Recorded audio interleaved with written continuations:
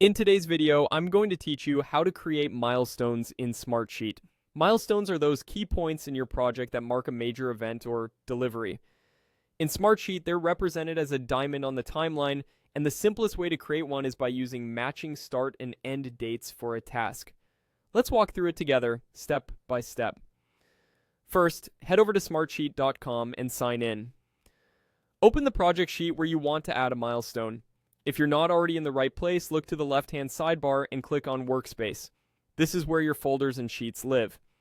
Navigate to the workspace that contains your project, then open the specific sheet you'll be working in.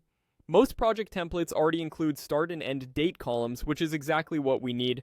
Next, locate the row that represents the event you want to mark as a milestone. Click into the start date cell for that row and select a date from the calendar picker. This should be the day you want the milestone to occur. Now click into the end date cell for the same row and choose the exact same date. Smartsheet recognizes a milestone when the start and end are set to the same day, so matching these two is the key. If you accidentally pick a range of days, it will be treated as a task instead of a milestone, so just adjust the end date to match the start. With the dates set, it's time to visualize it. Go to the View options at the top of your sheet and switch to Gantt View. This changes the display from a grid to a timeline, making it easy to confirm that your milestone is set correctly. On the right-hand side, you should now see a diamond icon lined up with the date you selected. That diamond is your milestone.